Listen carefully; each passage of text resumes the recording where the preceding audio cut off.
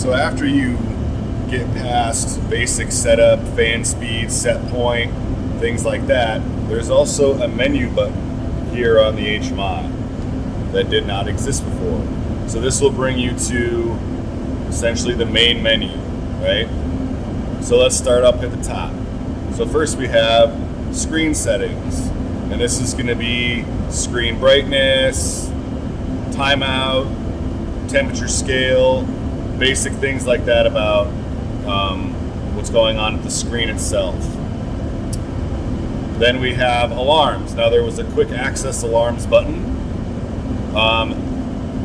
that was on the main screen, but this will allow you to go to the alarms menu.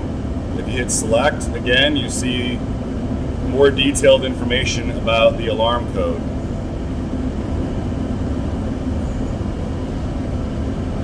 Below that, we have system details. So this is going to be the model number, manufacture date, in-service date, serial number, unit ID, firmware for the Mac, firmware for the remote I/O, HMI, what engine coolant option do you have, whether there's any after treatment, what heater, do you have telematics, if you do, what is its software, and things of that nature. So that's kind of like basic system data of what you have set up. Beneath that we have maintenance. So this is going to be remaining hours till the next service interval, reset maintenance reminder, any services required, things of that nature. So this is setting up your maintenance reminder timers and reset and everything like that. Then further down we have our fuel meter.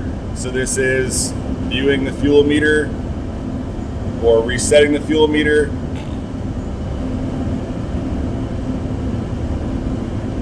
Then you have the advanced menu, which this requires an access code.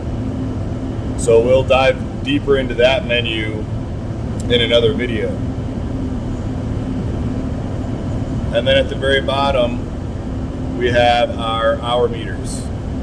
So you can see engine hour meters, how many starts, heater hours, fan hours, compressor hours, compressor cycles, alternator hours, heating, cooling. So this will allow you to track and view how long it's been in different modes, how long your different components have been running, things of that nature. And that is the walkthrough of essentially the menu that did not exist on prior TriPac HMIs.